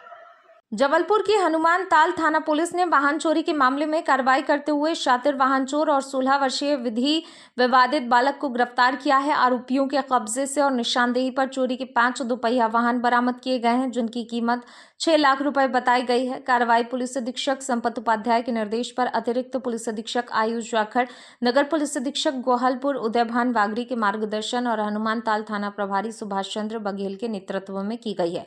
पुलिस को मुखबिर से सूचना मिली थी गोहलपुर निवासी फैजान उर्फ तोता उम्र 21 साल चोरी की बाइक लेकर सिंधी कैंपस क्षेत्र में खड़ा है। घेराबंदी कर उसे पकड़ा गया। पूछताछ में उसने कटंगी बाईपास, गोरखपुर, प्रेम सागर और बस स्टैंड क्षेत्र से वाहन चोरी करना स्वीकार किया। उसकी निशानदेही पर 2 हीरो स्प्लेंडर और 2 एक्टिवा बरामद की गई। जांच में इनमें से 2 वाहनों की चोरी के मामले में माढ़ोताल और गोरखपुर थाने में पहले से दर्ज पाए गए, जबकि अन्य वाहनों के मालिकों की तलाश जारी है। कार्रवाई के दौरान पुलिस ने एक अन्य सूचना पर कब्रिस्तान गेट नंबर 1 के अंदर से 16 वर्षीय विधि विवादित बालक को चोरी की एक्टिवा के साथ पकड़ा। पूछताछ में अपने साथी सफू उर्फ सरफराज के साथ गोरखपुर ब्रिज के नीचे खड़ी एक्टिवा चोरी करना स्वीकार किया। पुलिस ने चोरी की गई एक्टिवा जब्त कर बालक के विरुद्ध कार्रवाई की है, जबकि उसके फरार साथी की तलाश जारी है। क्या घटना और क्रम में चोरी की गाड़ी है? श्रीमान पुलिस अधीक्षक महोदय एवं अतिरिक्त पुलिस अधीक्षक महोदय शहर द्वारा संपत्ति संबंधी अपराधों की पता रसी के लिए आदेशित किए जाने के उपरांत थाना हनुमानताल की टीम को मुखबिर से सूचना मिली थी कि एक व्यक्ति है मथुरा सेठ की बाड़ी के पास चोरी की गाड़ी लिए हुए है। सूचना तस्दीक पर जब टीम पहुंची तो तोता और फैजान अंसार नगर गोहलपुर का रहने वाला, जिसके पास से मोटरसाइकिल चोरी की मिली और उसके द्वारा पूछताछ पर 3 अन्य मोटरसाइकिलें चोरी करना स्वीकार किया, जिसमें मढ़ोताल और गोरखपुर थाना क्षेत्र की थी। इस तरह उससे 4 मोटरसाइकिल बरामद हुई हैं। इसी तरह एक नाबालिग विधि विरुद्ध बालक के पास से एक एक्टिवा, ऐसे कुल 5 गाड़ियां बरामद की हैं। क्या याद है अपराधी? तोता के अपराध हैं, चोरी के मामले हैं गोहलपुर थाना क्षेत्र में और भी अन्य थाना क्षेत्र में इसके चोरी के मामले हैं। रिटायर्ड महिला से 22 लाख की कथित ठगी, बेटी दामाद समेत 3 पर गंभीर आरोप। फर्जी लॉकर की चाबी पहनाकर करोड़ों की नहीं 22 लाख की रकम हड़पने का आरोप। एसपी से लगाई न्याय की गुहार। जबलपुर के एसपी कार्यालय में रांची निवासी जीसीएफ की सेवानिवृत्त कर्मचारी ललीबाई केवट ने अपनी बेटी राजकुमारी केवट, दामाद चंद्रभान केवट और निकेश मिश्रा पर 22 लाख की धोखाधड़ी का गंभीर आरोप लगाया। ललीबाई का कहना है आरोपियों ने एसबीआई बैंक ले जाकर कोने में बैठा देते थे और अनपढ़ होने तथा शुगर बीपी की मरीज होने का फायदा उठाकर विभिन्न दस्तावेजों पर अंगूठा लगवा लेते थे। उनके अनुसार इसी तरह उनकी एफडी तुड़वाकर पूरी राशि अपने खातों में ट्रांसफर कर ली गई। वहीं बहू रीना ने आरोप लगाया निकेश मिश्रा, जो कि अपने आप को पत्रकार बताता है, उनके पति को जान से मारने की धमकी देकर जबरन दस्तावेजों पर हस्ताक्षर करवाए और खुद को प्रभावशाली बताते हुए उसके खिलाफ कहीं एफआईआर दर्ज नहीं होगी। रीना ने बताया ये पूरी राशि ललीबाई की नौकरी से मिली सेवानिवृत्ति और अन्य जमा पूंजी से थी, जिसे अलग अलग बैंकों में एफडी के रूप में रखा गया था। रीना ने यह भी आरोप लगाया निकेश मिश्रा ने ललीबाई के गले में चाबी लटकाकर कहा था यह उनके बैंक लॉकर की चाबी है, इसे बेटा बहू को भी ना दिखाएं। लेकिन जब परिवार यूनियन बैंक पहुंचा तो बैंक अधिकारियों ने बताया ललीबाई के नाम से कोई लॉकर नहीं है, बल्कि उनकी बेटी के नाम से लॉकर संचालित है। मामले में एडिशनल एसपी सूर्यकांत शर्मा ने बताया पीड़िता के आवेदन में लगाए गए सभी आरोपों की जांच के लिए प्रकरण रांझी थाना भेजा गया है। पुलिस के अनुसार बैंक खातों, एफडी, अन्य दस्तावेजों की जाँच की जाएगी। यदि जाँच में आरोप सही पाए गए तो संबंधित आरोपियों के खिलाफ एफआईआर दर्ज कर कार्रवाई की जाएगी। आप कहाँ आई हो, किस मांग को लेकर आई? आपके ऑफिस में। किस काय के लिए आई है? सर ये क्या हुआ ना, हमारे पति को उसने बोला कि एक बैंक में एफडी रखी, वो कोई कागज रखो उसमें साइन कर दो, नहीं चाकू मार दूंगा। फिर मैंने दौड़ कर गई हूँ तो बोले कि माउजर मारेंगे, और अपने आप को इतना बड़ा पत्रकार समझता कि मेरी कहीं एफआई दर्ज नहीं होगी। निकेश मिश्रा कई बार बोला है। और कौन कौन इनके साथ है? राजकुमारी केवट, चंद्रभान केवट, ये हमारे नंदोई हैंगे, और निकेश मिश्रा हमारे घर के बाजू में रहता है। किस चीज का पैसा था ये और कैसे निकाला? ये सरकारी जॉब करती थी, ये रिटायरमेंट का पैसा कई बैंकों में था, पूरी एफडी तोड़ के अपने नाम कर लिया। 22 लाख।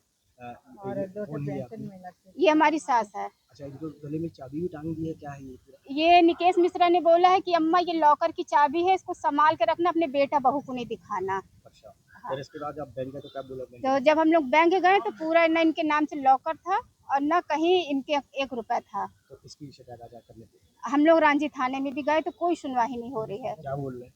बोल रहे हैं कि अरे आप ऐसा है वैसा हैगा, वो निकेश मिश्रा ने पता नहीं क्या करा, वहाँ पे कोई सुनवाई ही नहीं हो रही है। इसको लेके आ गया आपका? जन सुन या आपके ऑफिस क्या आश्वासन मिला उन्हें? उनने बोले कि आपको हम दिलवाने की करेंगे कोशिश। आपका नाम? रीना। अम्मा आज आप कहाँ आई हो, क्या मांग लेके आई? कौन ऑफिस है? SP office. एसपी ऑफिस आए हैं और अपना हम हक मांगने आए हैं।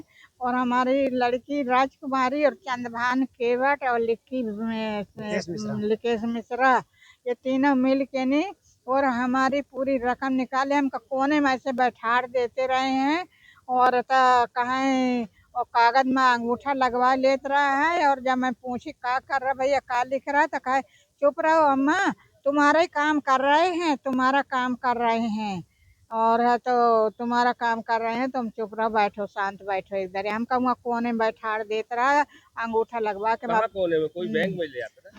बैंक में ये SBI बैंक में कोने में बैठाड़ देता रहा है मेरे को। और तब पूरा रकम हमारे निकाल लिया साहब। हम नहीं जानते, कुछ हम पढ़े लिखे नहीं है, शुगर BP का मरीज। 22 लाख है। ठीक है, आप कहाँ से आई हैं आप? अभी रामनगर रांझी। और यहाँ रामनगर रांझी। अच्छा, आपका नाम बता दो। लल्ली बाई। रांझी थाना क्षेत्र से बुजुर्ग महिला लल्ली बाई केवट ने एक आवेदन पत्र दिया है कि ये GCF फैक्ट्री की रिटायर्ड कर्मचारी हैं, इनके पति भी खत्म हो गए थे। इनकी जो पेंशन की रकम और इनके पति की रकम इनके सेंट्रल बैंक के खाते में आती थी। इनका कहना है कि इनकी बेटी राजकुमारी केवट और इनके दामाद चंद्रभान केवट और एक कोई निक्की मिश्रा जो अपने आप को समाज सेवी कहता है, उनने इनके साथ छल कपट करते हुए इनके पोस्ट ऑफिस और बैंक में रखी हुई FD को तोड़वाकर और इनके खाते में जमा कराकर और फिर इनका अंगूठा लगवाकर बेहोशी की हालत में पूरे रकम अपने खातों में इन लोगों ने ट्रांसफ़र कर लिया और एक चाबी इनके गले में लटका दी कि आपका लॉकर में सारी चीज़ें रखी है। जबकि यूनियन बैंक में जब ये गई तो वहाँ के बैंक मैनेजर ने इनको बताया कि आपके नाम से कोई लॉकर नहीं है, बल्कि आपकी बेटी के नाम से लॉकर है। इस तरह इनके आवेदन पत्र में उल्लिखित सारी बातों की जांच करने हेतु थाना प्रभारी रांझी को हम ये भेज रहे हैं। एक एक चीज़ों की सत्यता का पता लगाया जाएगा और ये अगर इसमें उल्लिखित तथ्य सही पाए गए तो इसमें FIR दर्ज कर इसमें कानूनी कार्रवाई की जाएगी। अलग अलग लगभग इसमें 5 लाख, 4.5 लाख, इस तरह से 10-15 लाख की रकम है, जो टोटल 22 लाख की रकम ये बता रहे हैं जो इनके द्वारा खुर्द-बुर्द किया गया है। गुरु पूर्णिमा पर वाराणसी में उमड़ा आस्था का सैलाब, प्रमुख आश्रमों में श्रद्धालुओं को लगा रेला। गुरु पूर्णिमा के पावन पर्व पर धर्म नगरी काशी श्रद्धा भक्ति के रंग में रंगी रही। शहर के प्रमुख मठों, मंदिरों, आश्रमों में सुबह से श्रद्धालुओं की भारी भीड़ उमड़ पड़ी। गुरु के प्रति श्रद्धा व्यक्त करने के लिए भक्तों ने चरण वंदना, पूजन अर्चन कर आशीर्वाद प्राप्त किया। सतुआ बाबा आश्रम में गुरु पूर्णिमा के अवसर पर विशेष पूजन, भजन, कीर्तन, प्रसाद का वितरण का आयोजन हुआ। बड़ी संख्या में श्रद्धालुओं ने गुरु के दर्शन कर आशीर्वाद प्राप्त किया।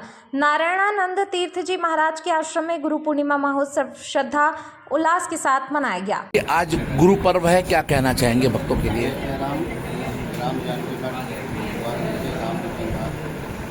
आज गुरु पूर्णिमा है, व्यास पूजन, और इस अवसर पर गुरुदेव भगवान की महती कृपा करना होती है जो मनुष्य को अज्ञान से दूर करती है और जाले को भगवान की तरफ करणारविंद में गुरुदेव की कृपा से वो मंत्र देकर, दीक्षा देकर और भगवान के चरणों में समर्पित होते हैं। और इस गुरुदेव की कृपा से ही आध्यात्म की शक्ति मिलती है और इसी पावन अवसर पर गुरुदेव भगवान के पूजन अर्चन करना चाहिए और गुरुदेव का सभी लोगों भक्तों को आशीर्वाद प्राप्त करना चाहिए। और काशी के सभी लोगों को गुरुदेव भगवान के गुरु पूर्णिमा के शुभ अवसर में बहुत बहुत शुभकामनाएँ, साधुवाद देता हूँ। जय श्री राम। कहाँ से भक्त आए हैं, क्या कहना चाहेंगे भक्तों के लिए? आज गुरु पूर्णिमा से सारे देश के 22 देशों से लोग यहाँ पर आए हैं, से लोग आए, लोग आए, खासतौर से अनेक गाँव से, अनेक जिलों से, अनेक प्रदेशों से लोग आए, इनका से वर्णन नहीं कर सकता और निरंतर भी आते रहेंगे। और यहाँ सबको संदेश है कि शिव पूजा है और शिव की नगरी में, काशी विश्वनाथ की नगरी में यहाँ पर आगमन होना गौरव, ज्ञान की नाच काल की राजधानी, धर्म और ज्ञान संस्कृति की राजधानी काशी में भगवान शिव सबकी आत्मा है और आत्मा गीत विधान सुनता आत्मा प्राण विद्या मती से तेरा प्राणा शरीरम ग्राम, जिससे आप हमारी आत्मा है। तुम जानता है इस रहते से हमारी आत्मा है और सबकी आत्मा शिव की रूप है। लोगों को मालूम नहीं, इसलिए लोग परेशान होते हैं और फिर दंडों फंस जाते हैं। अपनी वाणी के द्वारा भोजन उतना ही थाली में भोजन का नुकसान ना हो। सबको बड़ा ही पे भोजन बना है, सबको शांत, सभी लोग खूब तारीफ कर रहे हैं। सबको सज्जन भोजन का मिठास, गुरु पूर्णिमा का जो प्रसाद और सबका भोजन बहुत सुंदर बना हुआ है। भोजन उतना ही है, खाने में उसका बिगाड़ ना हो। कृपया नीचे न बैठे, आज के दिन व्यवस्था में सहयोग करें। बैठने के लिए थोड़ा क्या संदेश देना चाहेंगे भक्तों के लिए? ज्ञान की नगरी काशी और गुरु का साक्षात रूप काशी। यहाँ काशी जैसे पावन नगरी में बाबा विश्वनाथ जी के सानिध्य में आशीर्वाद में गुरु पूर्णिमा का यह पावन पर्व पूरा विश्व आज अपने गुरु के चरणों में रहकर ब्रह्म के पूजा करने के बाद अपने जीवन में आशीर्वाद मांगते हुए अपने जीवन को आगे बढ़ाता है। निश्चित यह पर्व अपने साक्षात अपने जीवन का ब्रह्म से देखना और ब्रह्म से जुड़ने का पर्व है। इसमें सभी युवाओं ने, भक्तों ने आज हर गुरु के चरणों में जाकर अपने गुरु का पूजन, अपने गुरु की आराधना करके आशीर्वाद प्राप्त किया। हाँ गुरु जी, बात की जाए आज गुरु पूर्णिमा का पर्व है और आज समरसता संभाव के तहत आज भाजपा के बड़े से बड़े पदाधिकारी स्वयं मुख्यमंत्री योगी आदित्यनाथ भी आए हुए हैं रविदास मंदिर पे, क्या कहना चाहेंगे? काशी में अनेक महापुरुषों ने अपने ज्ञान और ध्यान और तपस्या से साथ इस काशी के नहीं पूरे विश्व में एक आध्यात्म का ऊर्जा दिया है। संत रविदास जी महाराज मन चंगा तो कटौती में गंगा का ऐसा संदेश देकर पूरे विश्व को बताया कि व्यक्ति का समाज प्रधान नहीं है, विचार प्रधान है, और जहाँ विचार है तो वहाँ समरसता है ही। हम सब एक हैं, एकता के साथ हमें भारत को, सनातन को और अपने समाज को आगे बढ़ाना है। निश्चित ही अच्छी पहल है। हमारे बीच में काशी जैसे पावन नगरी में यहाँ कबीरदास जी का जन्म स्थान है, हमारे कीनाराम बाबा जी का जन्म स्थान है, भगवान राम अवधूत जी का जन्म स्थान है, लहड़ी महाशय जी का जन्म स्थान है। ऐसे आनंद कानंद जी महाराज जी का भी यह साधना स्थली रही है और ऐसे संत रविदास जी महाराज जी ने भी काशी में जन्म लेकर काशी जैसे पावन नगरी से पूरे विश्व को एकता का संदेश दिया है। निश्चित आज हमारे देश के सबसे बड़ी पार्टी भारतीय जनता पार्टी के राष्ट्रीय अध्यक्ष माननीय श्री नितिन नवीन जी भी पधार रहे हैं और उत्तर प्रदेश के परम पूज्य मुख्यमंत्री श्री योगी आदित्यनाथ जी महाराज जी भी पधार रहे हैं। तो निश्चित यह संगम एक कुंभ की तरह पूरे विश्व में संदेश देगा और लोग जुड़ेंगे और आपस में जो मनमुटाव है, जातियों में लोग बांट रहे हैं, उन्हें उनकी दुकानदारी को बंद किया जाए। धन्यवाद। गुरु पूर्णिमा पर पटेल धर्मशाला में गूंजे भजन, शिष्यों में गुरु के प्रति अथाह श्रद्धा नजर आई। गुरु पूर्णिमा के पावन अवसर पर तेलियाबाग स्थित पटेल धर्मशाला में व्यास पूर्णिमा महोत्सव का भव्य आयोजन किया गया। इस आध्यात्मिक समागम का आयोजन श्री काशी सेवा संस्थानम सहित कृष्णाशीष संस्थानम द्वारा संयुक्त रूप से किया गया था। कार्यक्रम की शुरुआत वैदिक मंत्रोच्चार के साथ की गई। मुख्य अतिथि के रूप में पधारे अंतर्राष्ट्रीय कथावाचक कन्हैया आचार्य जी महाराज का शिष्यों ने पुष्प वर्षा कर स्वागत किया और मिष्ठान अर्पित कर पारंपरिक विधि से गुरु दक्षिणा प्रदान की। शिष्यों में गुरु के प्रति श्रद्धा और समर्पण देखते ही बन रहा था। जी गुरु जी, आज गुरु पूर्णिमा के अवसर पर आप क्या भक्तों को संदेश देना चाहेंगे, क्या लोगों को कहना चाहेंगे? गुरुर्ब्रह्मा गुरुर्विष्णु गुरुर्देवो महेश्वरः, गुरुः साक्षात् परम ब्रह्म तस्मै श्री गुरुवे नमः। ये व्यास पूर्णिमा है जिसको गुरु पूर्णिमा के नाम से भी जाना जाता है और एक ज्ञान का ज्ञानोत्सव है, ज्ञान का प्रतीक है। गुरु शब्द का अर्थ होता है गु यानी अंधकार, गु यानी प्रकाश। अंधकार से प्रकाश की ओर जो ले जाते हैं वो गुरु हैं। जो संसार में रह कर के संसार में जीना सिखा देते हैं वो गुरु हैं। जो दुख से पार जाने का मार्ग बताते हैं वो गुरु हैं। जो भगवान को संसार अच्छा लगता है उससे छुड़ा करके भगवान को अच्छा प्रेरणा देते हैं वो गुरु हैं। ऐसी गुरु पूर्णिमा का पर्व है। इसमें अनेक भारत के बड़े बड़े संत जन भी गुरु के रूप में सब लोग पूजित होते हैं। इसी क्रम में काशी में आनंद वन में यहाँ पर व्यास पूर्णिमा गुरु पूर्णिमा का भव्य उत्सव हुआ, जिसमें खूब भजनों का आनंद हुआ और हमारे श्री काशी सेवा संस्थानम और श्री कृष्ण आशीष संस्थानम के द्वारा यहाँ भक्तों की सेवा हुई और बड़ा आनंद रहा। संदेश केवल इतना ही है, अज्ञान को छोड़िए, ज्ञान को अपनाइए, रोने को छोड़िए, हंसने को अपनाइए। संसार तो अपने आप सध जाएगा अगर प्रभु को साध लिया। अगर प्रभु को नहीं साध पाए तो संसार को साधना ऐसा है जैसे जिंदा मेंढकों को तराजू पर तोलना। इसलिए पहले प्रभु को साधिए, उसका भजन करिए, वो आपके परिवार को साधेगा, वो आपके सबको साधेगा। इसलिए एक गुरु पूर्णिमा का संदेश यही है, सब आनंद में रहे। सर्वे भवन्तु सुखिना, सर्वे सन्तु निरामया, सर्वे भद्राणि पश्यन्तु, माँ कश्चित् दुःख भाग् भवेत्। श्री हरि। डॉक्टर यमुना सिंह ने संभाला inner wheel club of Varanasi elite का अध्यक्षीय दायित्व। वाराणसी शहर के प्रतिष्ठित बनारस क्लब में 29 जुलाई को आयोजित भव्य इंस्टॉलेशन समारोह में डॉक्टर यमुना सिंह ने inner wheel club of Varanasi elite के अध्यक्ष पद का दायित्व ग्रहण किया। उनके नेतृत्व में नई कार्यकारिणी ने पदभार संभाला, जिसमें रजनी अग्रवाल सचिव, प्रियंका अग्रवाल ISO, सुषमा अग्रवाल एडिटर और शालिनी गोयल कोषाध्यक्ष बनी। समारोह की मुख्य अतिथि पास्ट एसोसिएशन ट्रेजरर अर्चना वाजपेयी रहीं। इस अवसर पर district treasurer Anuradha Bhatia, PDC कुसुम मित्तल, PDC आशा अग्रवाल, विभिन्न क्लब के अध्यक्ष, सचिव, बड़ी संख्या में सदस्य उपस्थित रहे। बड़ी जिम्मेदारी होती है सारा जहां निकालना। कुछ लोग यूं ही नहीं महफिल में आया करते।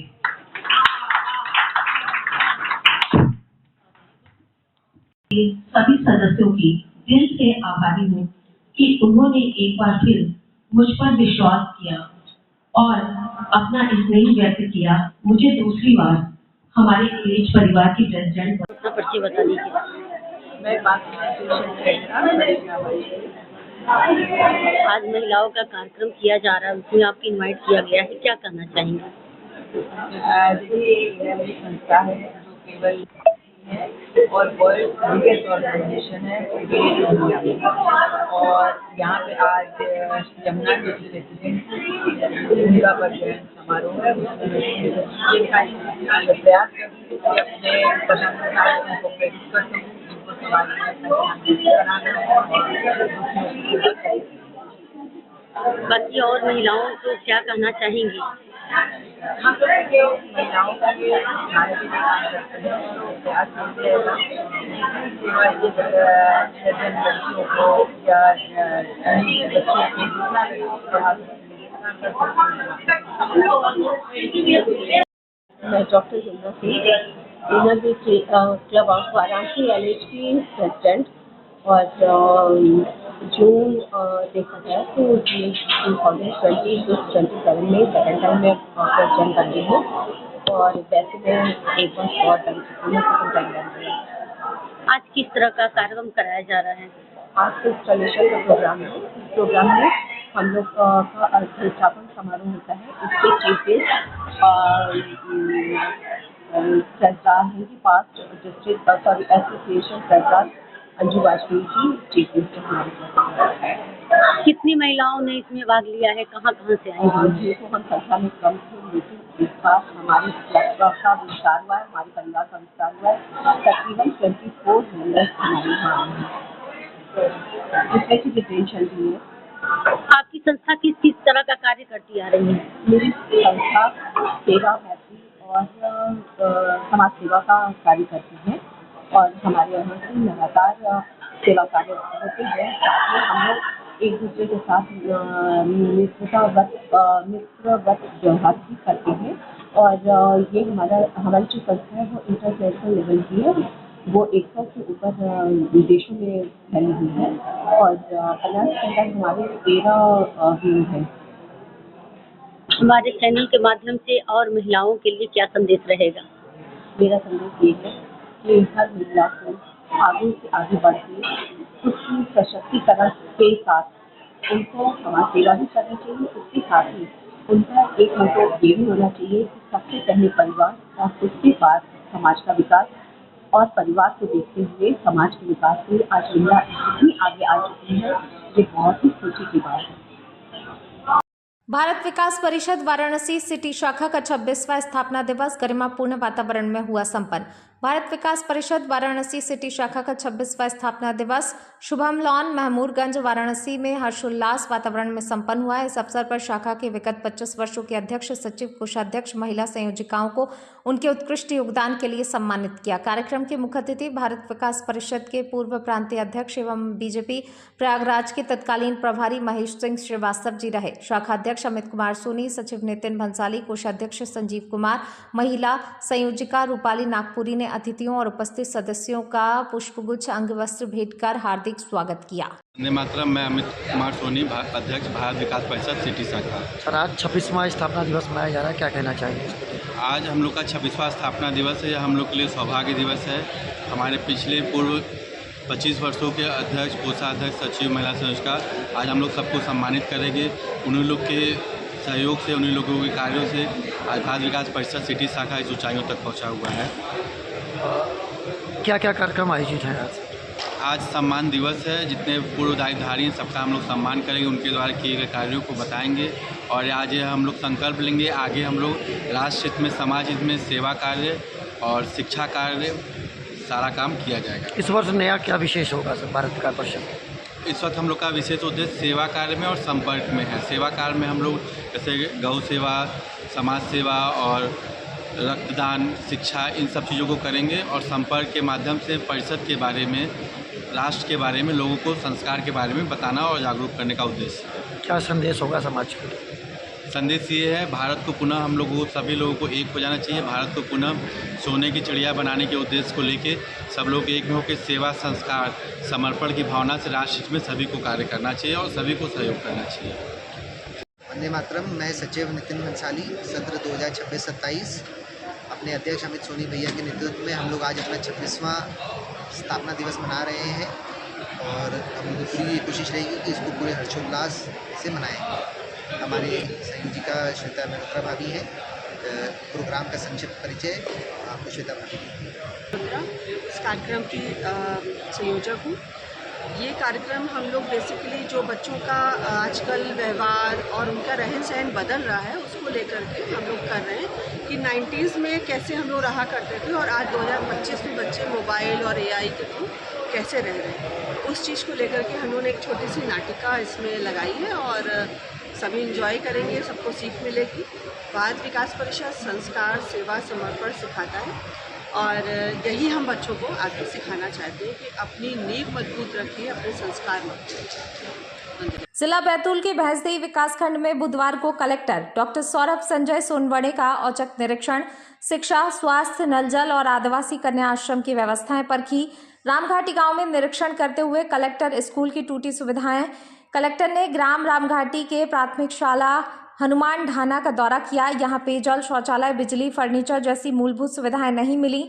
बीआरसी और डीपीसी को कारण बताओ नोटिस जारी करने के निर्देश दिए। आयुष्मान आरोग्य मंदिर पर उप स्वास्थ्य केंद्र में बिजली नहीं थी। रिपीट, आयुष्मान आरोग्य मंदिर उप स्वास्थ्य केंद्र में बिजली नहीं थी और ओपीडी रजिस्टर में नियमित प्रविष्टियां नहीं मिली। सीएमएचओ को कारण बताओ नोटिस जारी करने को कहा। गर्भवती महिलाओं की एएनसी जांच 100% करने के निर्देश दिए। शासकीय उचित मूल्य में राशन वितरण की जांच की। एकीकृत माध्यमिक शाला में बिजली कनेक्शन नहीं और बाउंड्री वॉल अधूरी मिलने पर सरपंच को व्यवस्था करने को कहा। ग्रामीणों से पंचायत की कार्यप्रणाली और योजनाओं पर चर्चा की। आधार कार्ड और प्रधानमंत्री आवास योजना को लेकर शिकायतों पर सूची बनाने के निर्देश दिए। पीएचई विभाग को 10 सितंबर तक पानी की टंकी का काम पूरा करने को कहा। भ्रमण के दौरान कलेक्टर डॉक्टर सोनवड़े वीरांगना रानी दुर्गावती शासकीय आदिवासी कन्या आश्रम सावल मेंढा भी पहुंचे। गुरु पूर्णिमा पर छात्राओं को शुभकामनाएं दी और उनसे संवाद कर पढ़ाई और दिनचर्या की जानकारी ली। भोजन की गुणवत्ता, आरओ पेयजल, छात्रावास और पुस्तकालय का भी निरीक्षण किया। कलेक्टर ने कहा, विकास कार्यों और शासकीय योजनाओं के क्रियान्वयन में किसी प्रकार की लापरवाही बर्दाश्त नहीं होगी। स्कूल, स्वास्थ्य केंद्र और आश्रमों में आमजन को समयबद्ध और गुणवत्तापूर्ण सुविधाएं देना प्रशासन की प्राथमिकता है।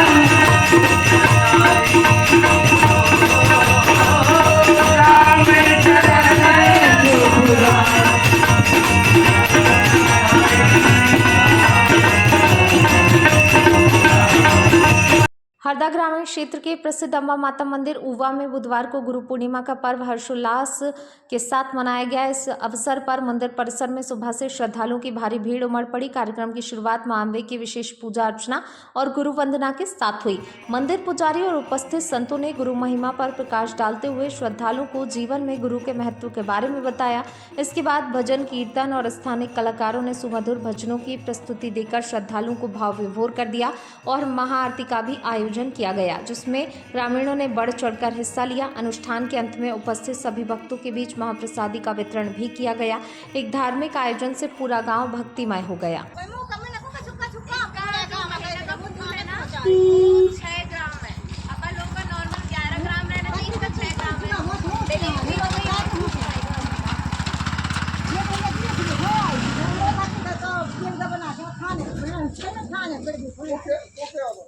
नहीं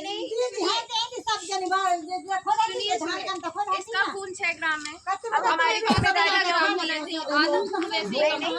हम उसको जबरदस्ती नहीं, हम बोल रहे भैया चले जाओ, क्योंकि अभी ये नॉर्मल लग रही है ना, अभी हम उसको क्लीन करेंगे, उसके बाद और ब्लीडिंग के चांसेस। आप लोग ड्यूटी में आप थी? हाँ। आप लोग ड्रेस में तो है नहीं, ड्रेस कहाँ है आप लोग? अरे भाई सुनिए, हम यूनिफॉर्म में ही थे। अभी 8 बजे तक नाइट ड्यूटी थी, 8 बजे तक सुना हम ड्यूटी में हैं अभी भी है, लेकिन हम मॉर्निंग में क्या एक्सरसाइज करते हैं हॉस्पिटल में। तो भैया देखे उन्होंने हमें बताया कि दीदी वहाँ पे ऐसा हो गया, तो हम फटाफट आए जल्दी से। अच्छा एक चीज बताइए, अगर इसकी जगह आपके घर का पर्जन होता तो क्या आप भगा देती हैं? भगाया था कोई नहीं है भैया, हमारे पास वीडियो है, पूरा साइन करवाया। एम्बुलेंस वाले हमारे पास ऑन ड्यूटी डॉक्टर्स के साइन है, वो खुद ही उन्होंने वीडियो बनाई। ये क्या क्या बोले थे, इनका ये कहना ये देखो ये साइन किए हुए हैं, ये हो जाए तो हो जाए, करते नहीं, ये पूरा उनका है। हॉस्पिटल से कभी कोई भगाता नहीं, इसको रेफर किया है। इसको कितने देखिए आप 9 बजे किया था, गाड़ी आई थी 10 बजे। हाँ, अब 10 बजे 11 बजे हमारी उनका क्या कहना है, अम्मा लोगों का कहना कि हमारे मरीज को कुछ हो जाए तो हो जाए, हम तो बच्चे को पाल लेंगे। बड़ा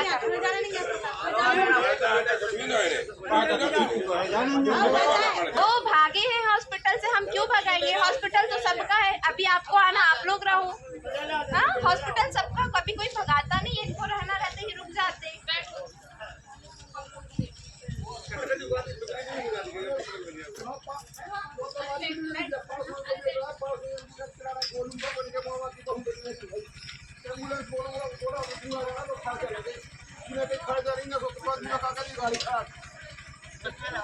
भाई साहब को लगा दो फोन।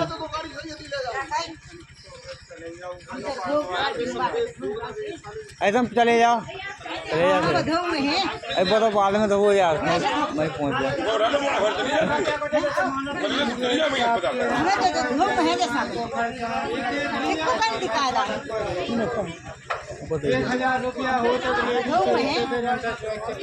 अपना गाँव पूरा कहा हमें सगंधी का कटवा दो हम तो अरे जो सही करने ये है इनके साथ में, तो हमें धो है हम तो देखने के लिए आए थे, बिल्कुल डरा टीकमगढ़ जिले के बड़ा गांव धस्सान सामुदायिक स्वास्थ्य केंद्र से ऐसा मामला सामने आया जिसने सरकारी स्वास्थ्य व्यवस्था पर गंभीर सवाल खड़े कर दिए। आरोप है अस्पताल से रेफर की गई गर्भवती महिला को जननी वाहन नहीं मिला और रात के अंधेरे में सड़क किनारे इमली के पेड़ के नीचे ही उसने एक बच्ची को जन्म दे दिया। पूरी रात प्रसूता और नवजात खुले आसमान के नीचे पड़े रहे। सुबह सूचना मिलने पर अस्पताल की नर्सें मौके पर पहुंची और दोनों को अस्पताल में भर्ती कराया। हालांकि अस्पताल प्रबंधन का कहना है महिला को खून की कमी के कारण जिला अस्पताल रेफर किया गया था और वह स्वयं रास्ते से चली गई थी। जानकारी के अनुसार मंगलवार रात ककरवाहा गांव की गर्भवती महिला प्रसव पीड़ा होने पर बड़ा गांव सामुदायिक स्वास्थ्य केंद्र पहुंची। जांच के बाद डॉक्टर ने महिला में खून की कमी बताते हुए उसे जिला अस्पताल टीकमगढ़ रेफर कर दिया। परिजनों का आरोप है रेफर करने के बाद जननी वाहन उपलब्ध नहीं कराया गया, जिसके चलते महिला अस्पताल से निकल गई। अस्पताल से करीब 1 किलोमीटर दूर रात करीब 2 बजे इमली के पेड़ के नीचे महिला ने बच्ची को जन्म दिया। प्रसूता के साथ मौजूद दूसरी महिला ने किसी तरह नवजात और मां को संभाला। पूरी रात सड़क किनारे चबूतरे पर गुजारनी पड़ी। सुबह स्थानीय लोगों की नजर पड़ने पर स्वास्थ्य केंद्र को सूचना दी गई। सूचना मिलते ही बड़ा गांव अस्पताल की नर्सें ऑटो से मौके पर पहुंची और जच्चा बच्चा को अस्पताल लाकर भर्ती कराया, जहां दोनों का उपचार जारी है। वहीं परिजनों ने अस्पताल स्टाफ पर गंभीर आरोप लगाए हैं। उनका कहना है प्रसव कराने आई महिला को अस्पताल से लौटा दिया गया, जिसके कारण रास्ते में ही डिलीवरी हुई। दूसरी ओर अस्पताल की ड्यूटी पर तैनात नर्सों ने इन आरोपों को खारिज करते हुए कहा, महिला को खून की कमी के कारण जिला अस्पताल रेफर किया गया था।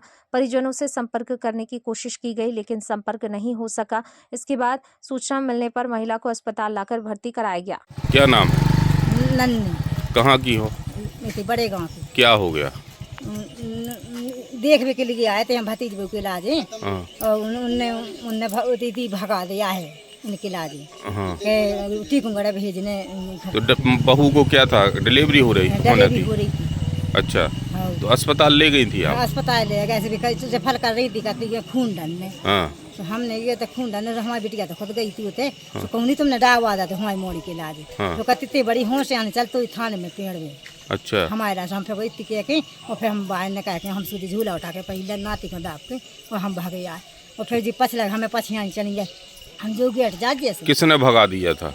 उन्हें दीदी हमने। अच्छा, उन्हें दीदी हमने। क्या कह रही थी, ले जाओ यहाँ से? हाँ, इतने से ले जाओ। हमने टीकमगढ़ हमने हुआ पे तुम्हारी डलेवी मैं जे तो हम नहीं लेंगे आंटी। अच्छा, और हम तो टीकमगढ़ भेजे। हाँ, तो फिर डिलीवरी कहाँ हो गई? इमली के ले गए थे, हनुमान गेट के ले गए था इमली। कब भगाया था आपको? बजेंगे 11 की बज रहा है रात में। तो उसके बाद आप कहाँ ले गई? फिर उतने से ले आके फिर इतने से ले आके हमने चला इनकी हमारी इनकी जाइए पहले रोजगार की दोस्ता में। हाँ। हमने चला पड़ोसन के दूर में जाकर लो और भैंसा भी सब जने उठे सो देख लें तई के तई। अच्छा, और भी पहुँचवा दें अपन दे के तई।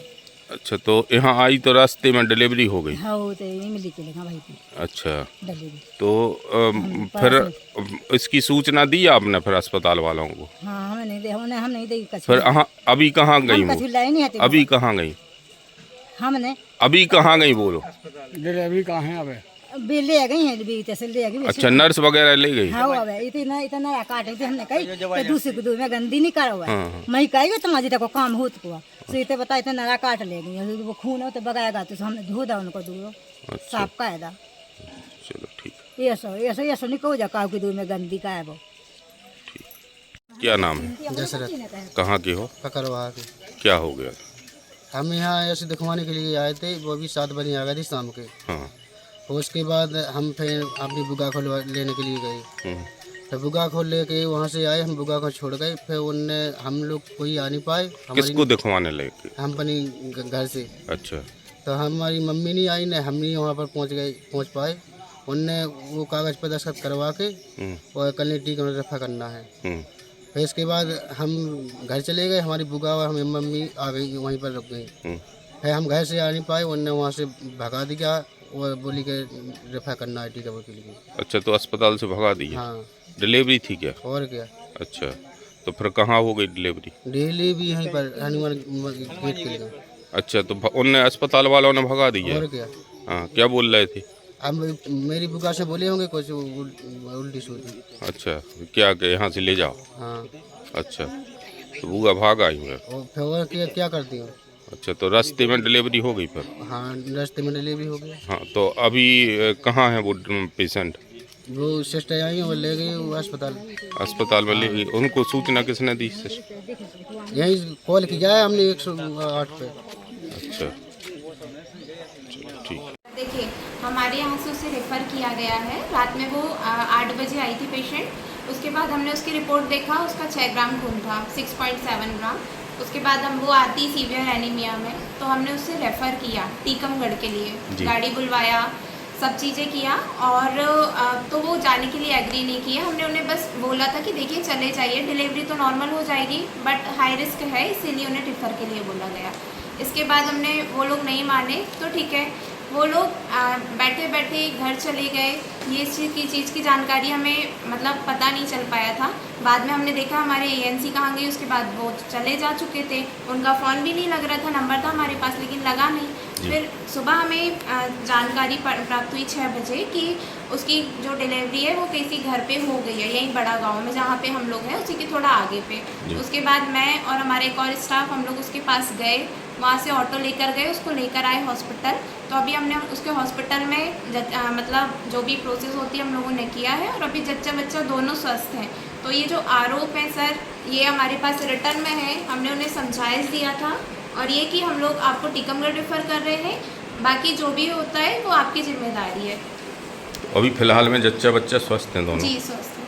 अच्छा, अब इसके बाद जैसे पहले आपने रेफ़र किया था, अब वो स्वस्थ हैं, इसके बाद भी टीकमगढ़ जाना पड़ेगा? जी जाना पड़ेगा, क्योंकि उसका देखिए अभी 6.7 ग्राम है HB और आफ्टर डिलीवरी उसका और कम हो गया है।